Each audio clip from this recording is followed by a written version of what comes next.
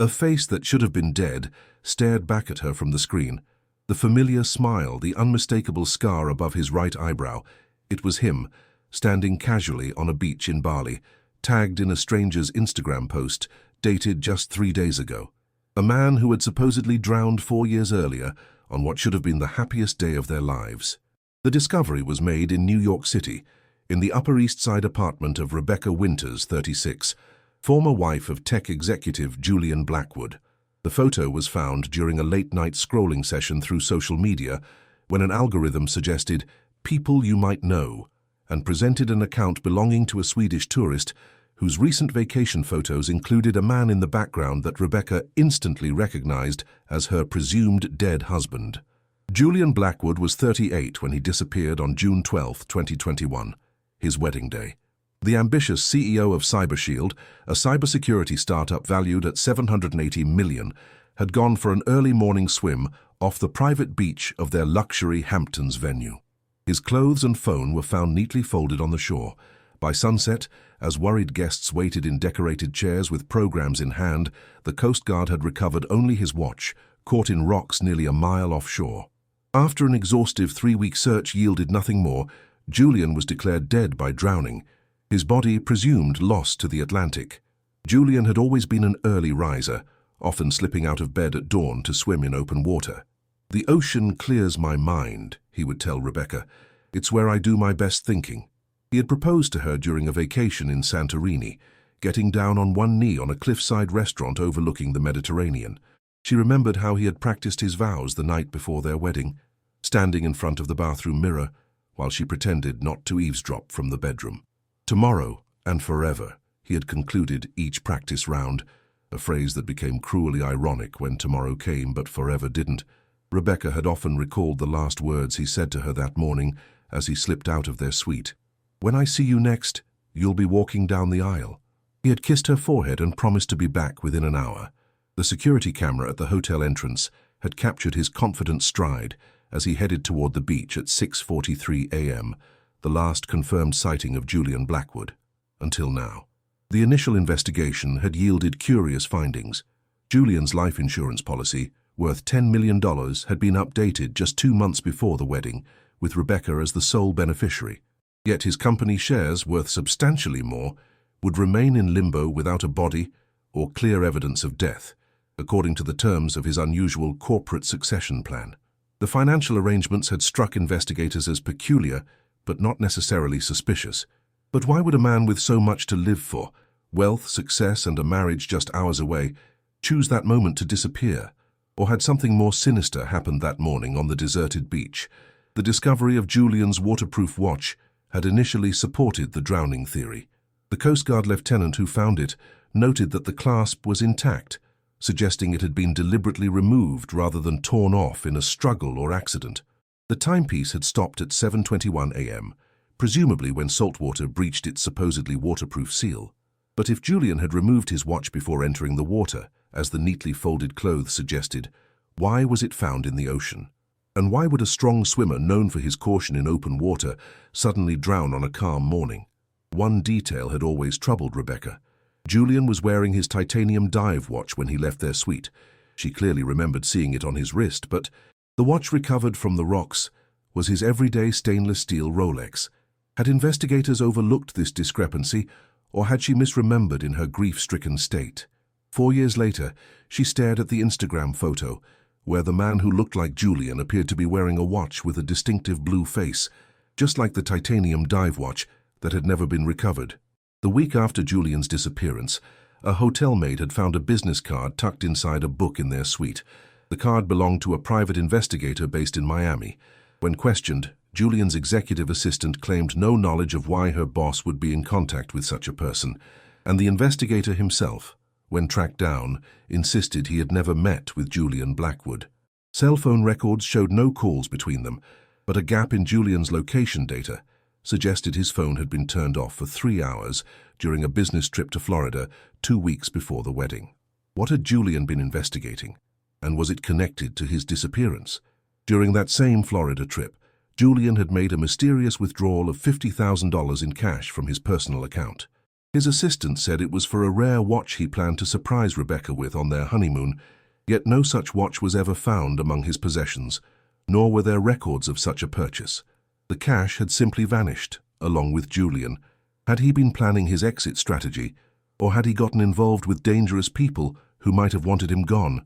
The investigation took a surprising turn when forensic analysis of Julian's recovered laptop revealed that someone had accessed his personal email using a VPN service the night before the wedding.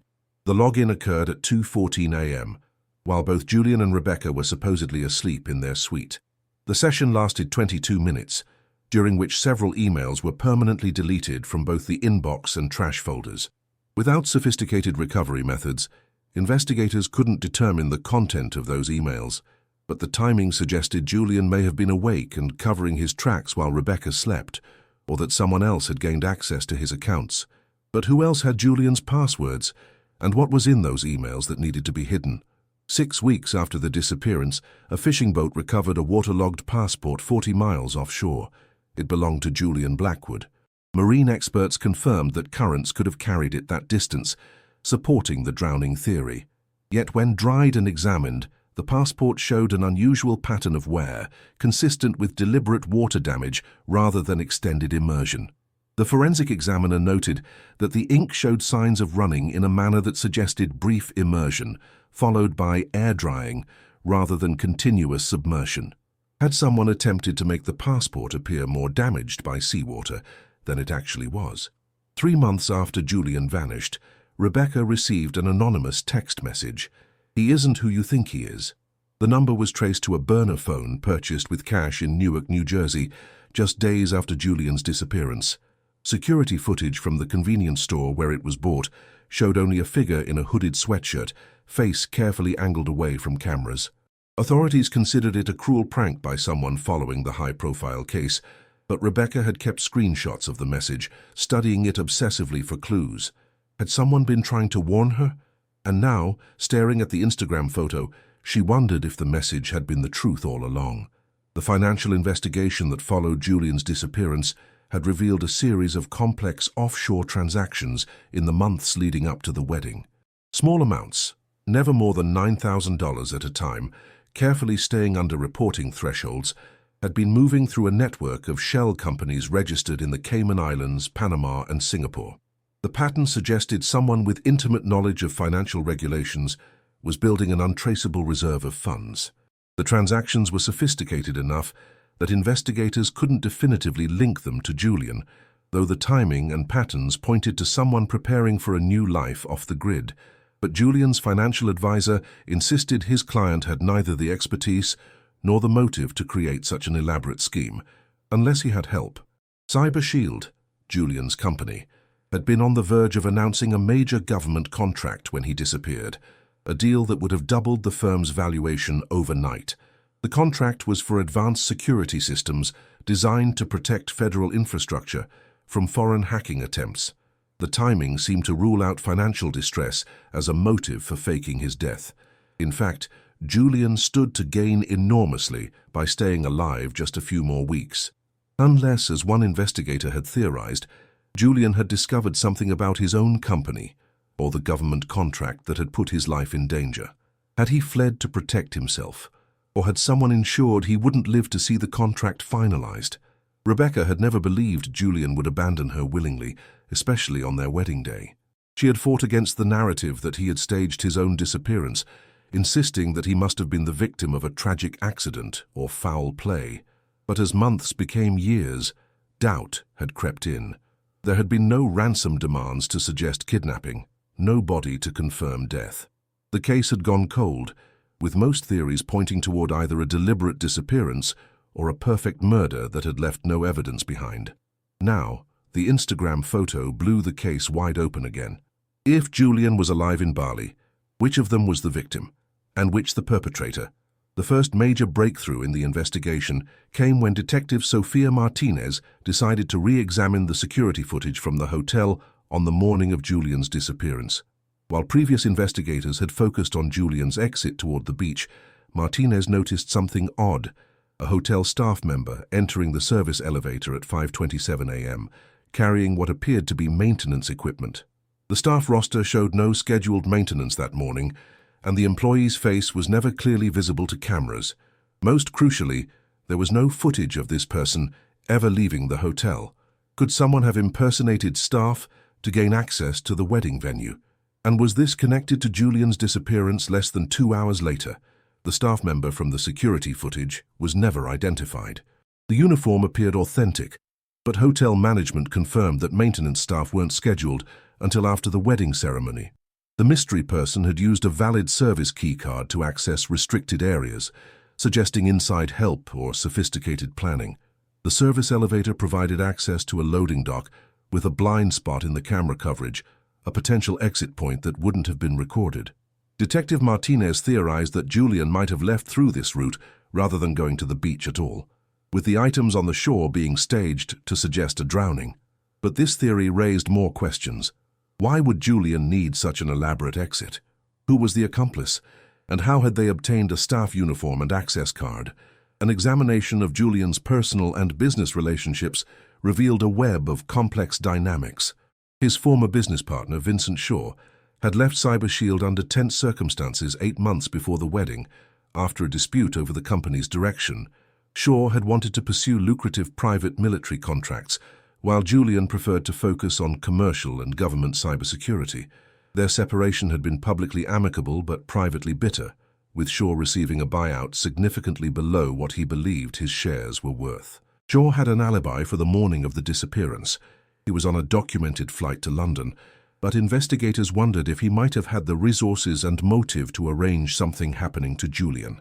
Another significant figure in Julian's life was his younger brother, Daniel Blackwood, who had struggled with addiction issues for years.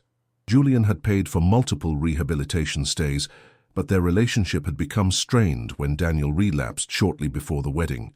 Julian had reluctantly uninvited him from the ceremony, concerned about his unpredictable behavior around important clients and family members. Daniel had been in a rehab facility in Arizona when Julian disappeared, but staff confirmed he had missed bed check the previous night, creating a window where his whereabouts couldn't be verified. Phone records showed he had made it back to the East Coast, though he claimed it was to stay with a friend in Boston, not to travel to the Hamptons. Perhaps most intriguing was Julian's relationship with Rebecca herself. Friends described their romance as passionate but turbulent, with several breakups before their engagement. Julian's mother had privately expressed concerns about Rebecca's unpredictable temper and what she called manipulative tendencies. The prenuptial agreement Julian had insisted upon was unusually strict, limiting Rebecca's claim to his assets in the event of divorce, but his death had entitled her to the full life insurance payout and a significant portion of his personal wealth. Investigators had initially considered Rebecca a person of interest, given the financial benefit of Julian's death, but had found no evidence linking her to his disappearance. She had been with her bridesmaids all morning, preparing for the ceremony, with multiple witnesses confirming her whereabouts. The investigation into the Instagram photo revealed that it had been posted by Elsa Lindgren, a 29-year-old Swedish fashion designer with no apparent connection to Julian or Rebecca. Her account showed she had been traveling throughout Southeast Asia for the past 3 months. The photo in question had been taken at a beach club in Seminyak, Bali, and featured Elsa with friends in the foreground, while the Julian lookalike appeared in the background at the bar. When contacted by authorities, Elsa confirmed the photo's authenticity and timing, but couldn't recall noticing the man or having any interaction with him. The beach club's reservation system showed no bookings under the name Julian Blackwood or any known aliases, but staff remembered a Western man matching his description who had paid in cash and kept to himself. Rebecca immediately booked a flight to Bali, determined to investigate herself rather than waiting for official channels. She arrived at the beach club with Julian's photo, questioning staff who had been working 3 days earlier. One bartender recalled the man, noting his American accent and generous tips. He had introduced himself as Alex and mentioned staying at a villa in the nearby area of Canggu. Most significantly, the bartender remembered a distinctive comment. When a news alert about American business had appeared on the bar television, Alex had muttered something about not missing that world at all. The bartender hadn't thought much of it until Rebecca's questioning connected the dots to a man who was supposed to be dead. Working with local authorities, Rebecca tracked down a villa rental agency that had leased a luxury property to an Alexander Winters 3 weeks earlier. The tenant had paid the 6-month lease entirely in advance using cash. The name struck Rebecca immediately. Winters was her maiden name, and Alexander was Julian's middle name. It seemed impossible that this could be coincidence. The property manager described Alexander as a quiet tenant who kept to himself, worked remotely, and had mentioned plans to travel to Thailand in the coming days. By the time authorities reached the villa, it was empty of personal belongings, though the rent had been paid through the end of the year. Forensic teams examining the vacated villa found traces of dark hair dye in the bathroom drain and remnants of a beard trimming kit in the trash. More telling was a discarded receipt for a ferry to Lombok, dated the day after Rebecca had arrived in Bali. The ferry manifest listed an A. Winters among the passengers, but CCTV from the terminal was too grainy to make a positive identification. The trail seemed to be growing colder by the hour, with Julian, if it was indeed him, staying one step ahead. Had he been monitoring Rebecca's social media and seen her post about traveling to Bali? Or did he have another way of tracking her movements? Back in New York, Detective Martinez had been pursuing a different angle. She had obtained a warrant to access Julian's cloud storage accounts, which had remained active but unused since his disappearance. The most recent login had occurred just 1 week earlier, from an IP address in Indonesia. The login had lasted only 3 minutes, just long enough to view several folders without downloading anything. Was Julian checking what information might still exist about him, or was someone else accessing his accounts? Martinez immediately arranged for alerts on any future login attempts. A digital forensics expert analyzing Julian's recovered laptop made a critical discovery: a hidden partition containing encrypted files that had never been noticed during the initial investigation. After days of attempts, they managed to decrypt a portion of the data, revealing a document titled Contingency. The file contained detailed instructions for establishing a new identity, including contacts for obtaining false documentation, steps for moving money undetected, and strategies for evading digital surveillance. Most damning was a list of countries with limited extradition agreements with the United States, with Indonesia highlighted as a preferred location. The document was dated 4 months before Julian's disappearance, suggesting his exit had been planned well in advance. But the file didn't answer the most important question: why had Julian felt the need to disappear? Another decrypted file provided a potential answer. It contained what appeared to be internal CyberShield communications, suggesting that the company's security software, the same being prepared for government infrastructure, contained a deliberate backdoor that would allow unauthorized access to protected systems. The implications were staggering. Either Julian had been planning to sell access to critical infrastructure, or he had discovered that someone else within his company was doing so. Either way, the situation would have put him in an impossible position. Exposing the vulnerability would destroy his company and potentially lead to criminal charges, while staying silent would make him complicit in what could amount to treason. Investigators reached out to Julian's former chief technology officer, Dr. Mei Zhang, who had left CyberShield shortly after Julian's disappearance. Initially reluctant to speak, Dr. Zhang finally admitted that she and Julian had discovered the backdoor code just weeks before the wedding. They had traced it to additions made by a development team led by Vincent Shaw before his departure from the company. Julian had been gathering evidence to take to federal authorities, but had wanted irrefutable proof before making such serious accusations against his former partner. According to Dr. Zhang, Julian had seemed increasingly paranoid in their final meetings, convinced he was being followed and that his communications were being monitored. "He told me he might need to disappear for a while," she revealed, "but I never imagined he meant permanently." The investigation now focused on Vincent Shaw, whose alibi suddenly seemed less convincing. While he had indeed been on a flight to London when Julian disappeared, investigators discovered that Shaw had made 3 calls to a burner phone in the Hamptons area in the days before the wedding. The same burner phone had been tracked moving toward the hotel on the morning of Julian's disappearance. Shaw's financial records revealed a series of cryptocurrency transactions that coincided with Julian's disappearance, potentially payments to whoever had helped stage the drowning. When confronted with this evidence, Shaw maintained his innocence but admitted he had known about Julian's plan to go to the authorities. "I didn't need to harm Julian," Shaw insisted. "His evidence was circumstantial. I was preparing my legal defense, not planning an assassination." Meanwhile, in Thailand, local police acting on an Interpol notice located Alexander Winters at a remote villa on Koh Phangan. By the time they arrived, the occupant had fled, leaving behind hair dye, colored contact lenses, and a half-packed suitcase.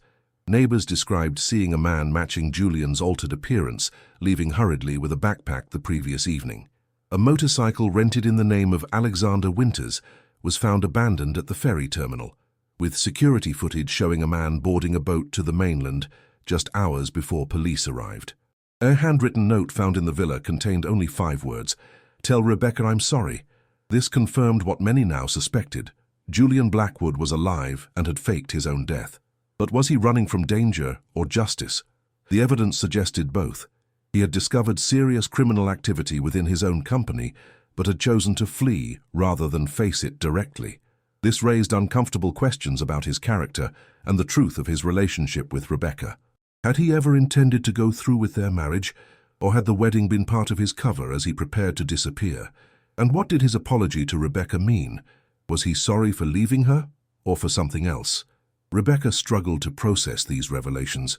The man she had mourned for 4 years had deliberately walked away from their life together, staged an elaborate hoax, and left her to grieve while he built a new life on the other side of the world. "I don't know which is worse," she confided to Detective Martinez, believing he was dead or knowing he chose to leave.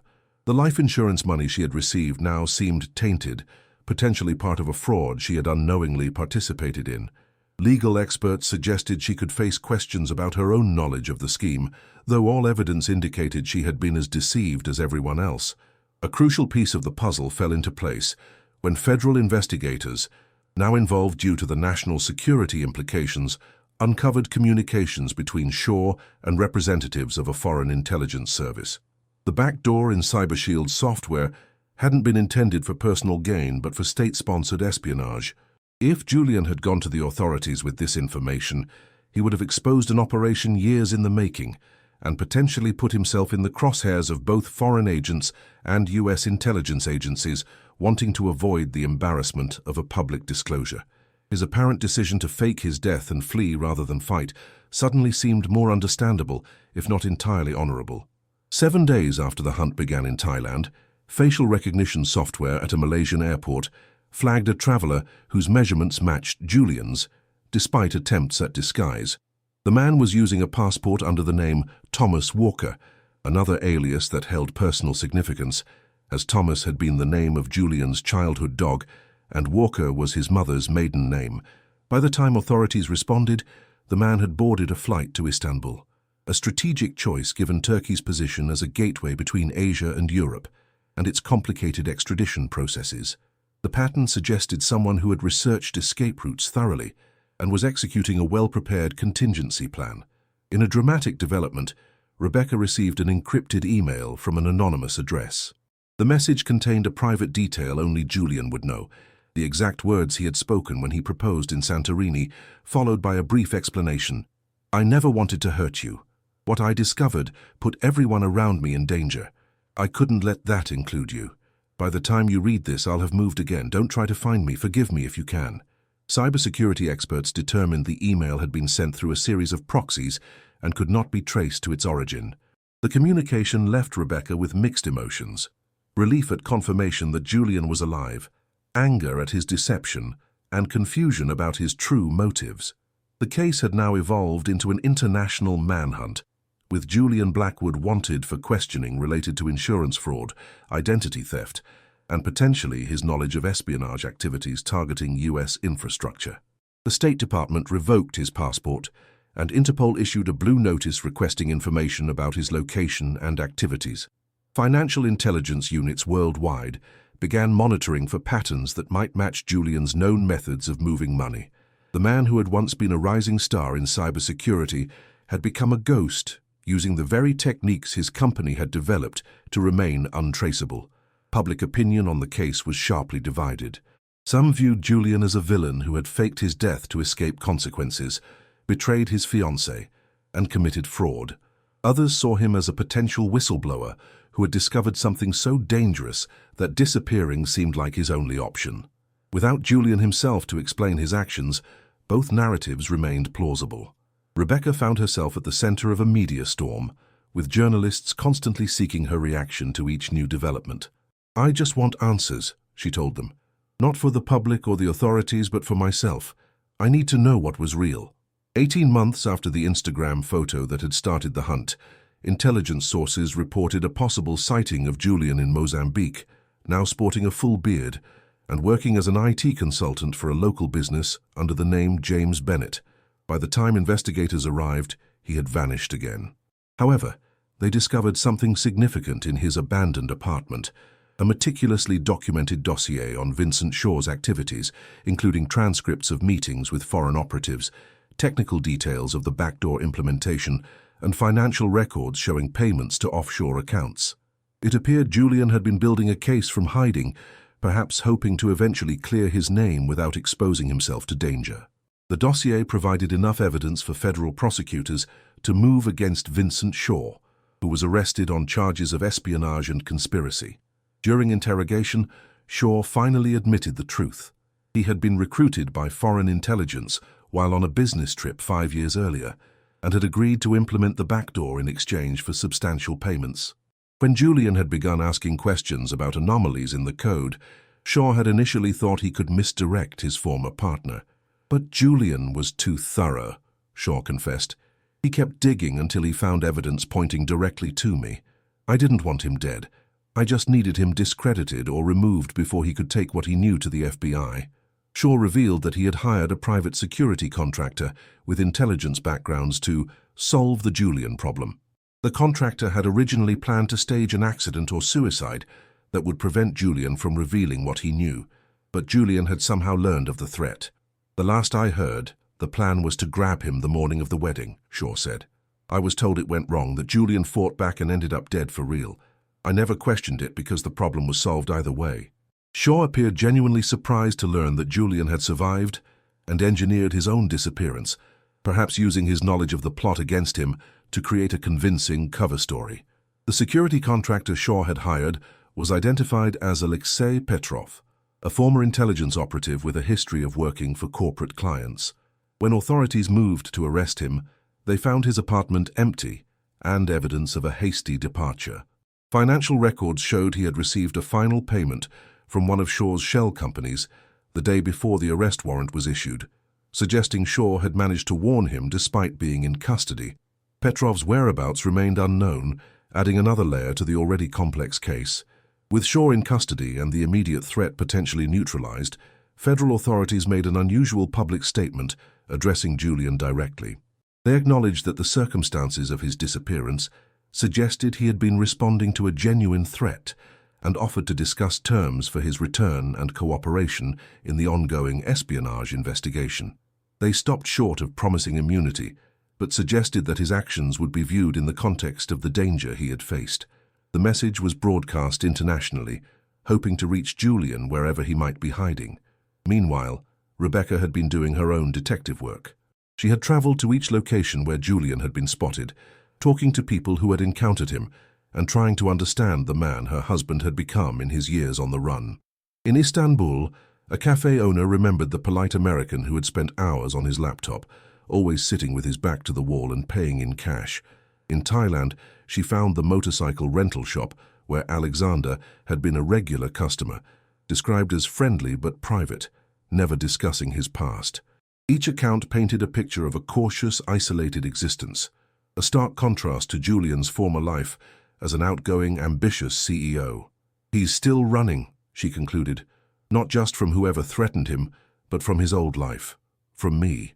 The breakthrough came from an unexpected source. Julian's younger brother Daniel, now 4 years sober and working as an addiction counselor, contacted authorities with information he had been afraid to share previously. Daniel revealed that Julian had reached out to him 2 weeks before the wedding, sharing his suspicions about the back door and his fears that he was being watched. "He asked if I knew anyone who could help someone disappear," Daniel explained. "I thought he was being paranoid because of pre-wedding stress. I told him about a guy I'd met in rehab who used to create new identities for people in witness protection. I never thought he'd actually use the contact." Daniel's revelation led investigators to Eric Dalton, a former government contractor, who specialized in creating new identities. Dalton, now working as a private consultant, initially denied any involvement, but changed his story when faced with potential charges. He admitted to meeting with Julian 3 days before the wedding, providing him with documentation for 2 initial identities and a roadmap for establishing others as needed. Most significantly, Dalton revealed that he had maintained a secure communication channel with Julian as recently as 1 month ago. He's not just running from Shaw's people, Dalton explained. He believes there are others involved, people higher up who want to keep the backdoor program quiet. He doesn't trust that coming forward would be safe, even with Shaw in custody. At Dalton's suggestion, authorities established a secure dead drop, a method for anonymous communication, and left a message for Julian outlining the current status of the investigation and the protections they could offer. Weeks passed with no response, leading some to believe Julian had gone too deep underground to be reached. Then, on what would have been his and Rebecca's 5th wedding anniversary, a message appeared in the dead drop. Need guarantees of safety, not just for me. The cryptic addition, not just for me, sparked intense speculation. Some investigators believed Julian was concerned about associates who had helped him stay hidden.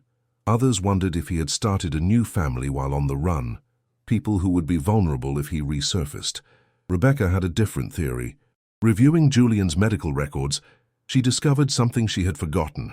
Julian had frozen sperm samples before their wedding, a precaution related to potential radiation exposure from experimental technology his company was developing. Had Julian, believing his old life was over, used those samples to start a family? Was there a child somewhere who shared his DNA, but had never known their father's true identity?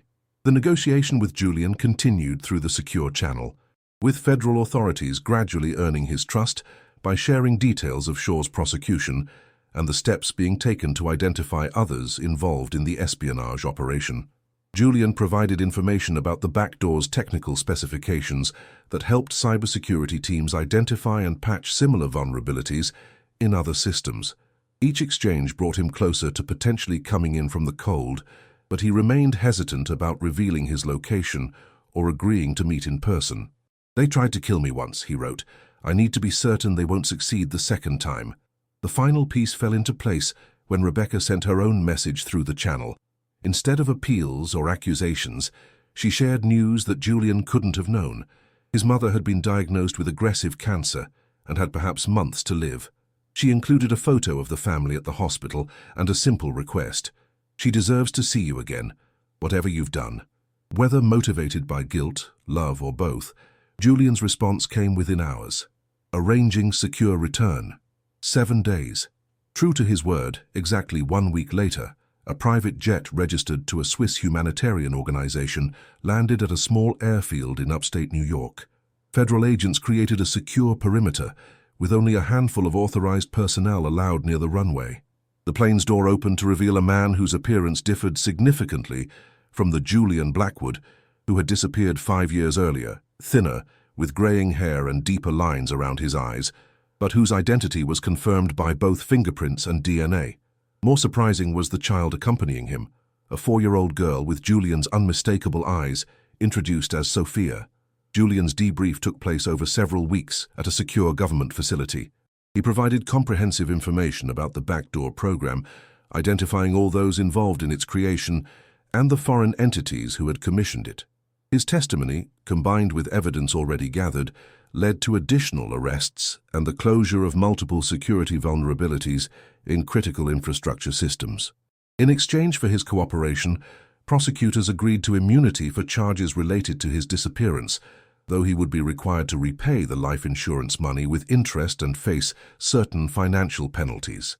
The explanation for Sophia's existence proved both simpler and more complex than Rebecca had imagined. During Julian's time in Indonesia, he had met and grown close to a local woman who worked at his apartment complex.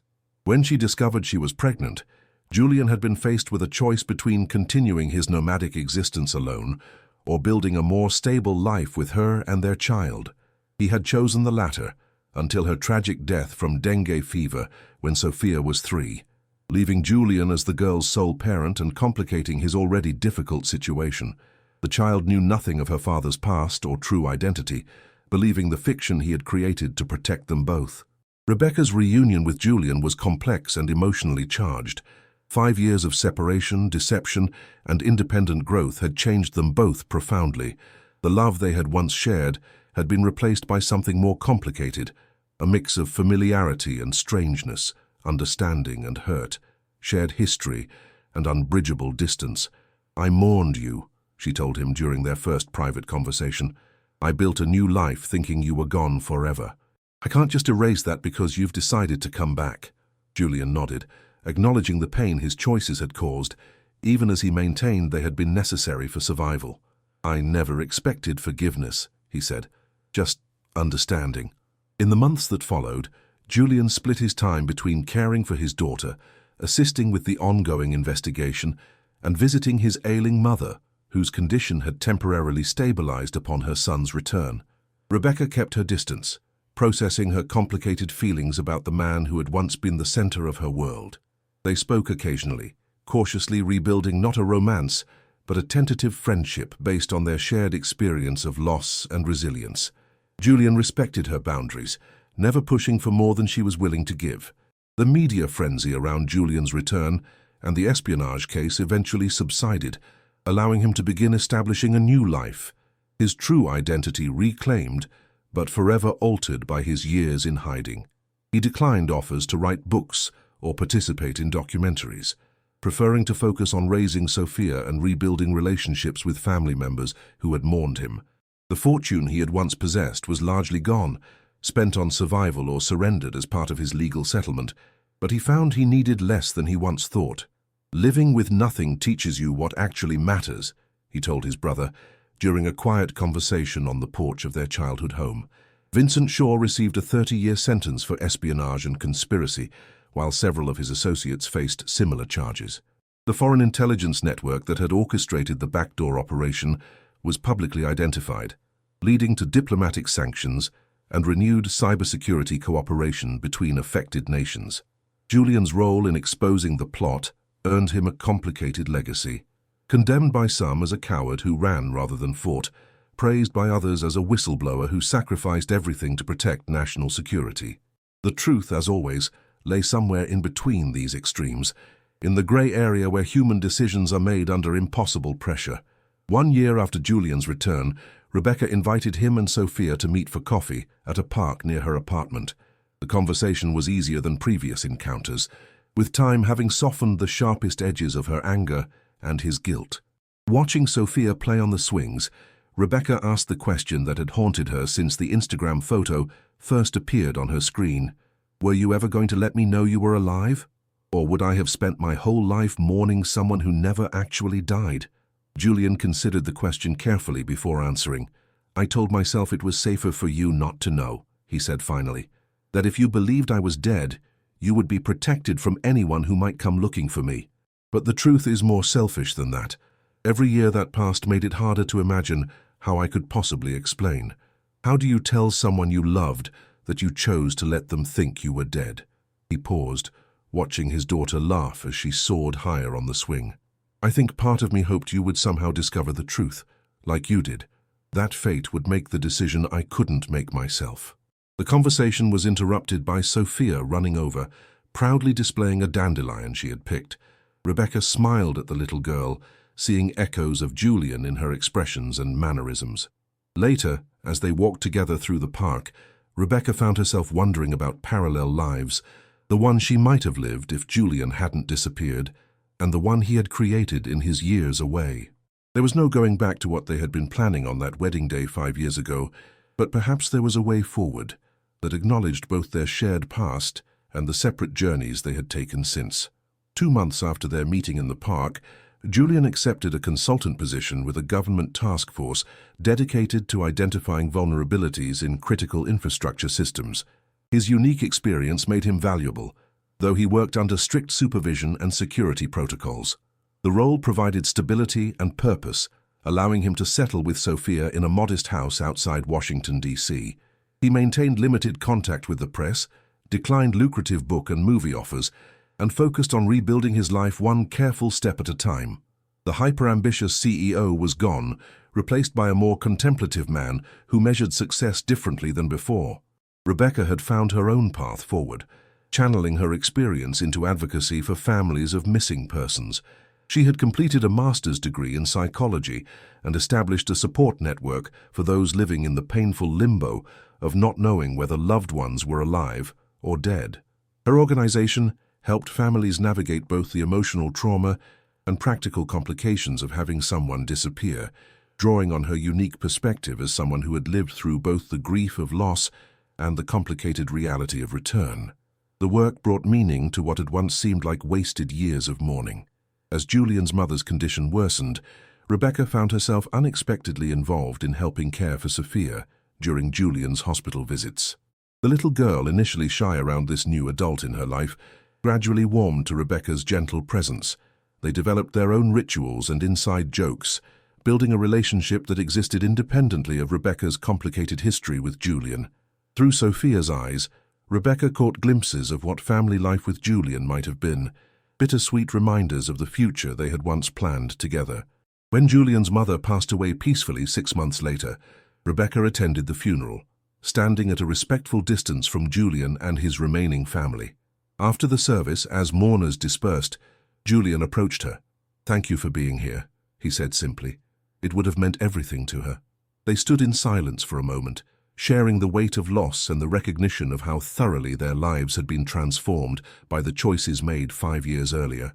Before they parted, Julian asked hesitantly if Rebecca might be willing to continue spending time with Sophia occasionally. "You're good for her," he explained, "and I think maybe she's good for you too." Rebecca agreed, recognizing that while she and Julian might never fully repair what had been broken between them, there was value in the unexpected connection they now shared through his daughter. In the years that followed, Julian's case became a reference point in discussions of whistleblower protection, corporate espionage, and the ethical dilemmas faced by those who discover wrongdoing within powerful organizations.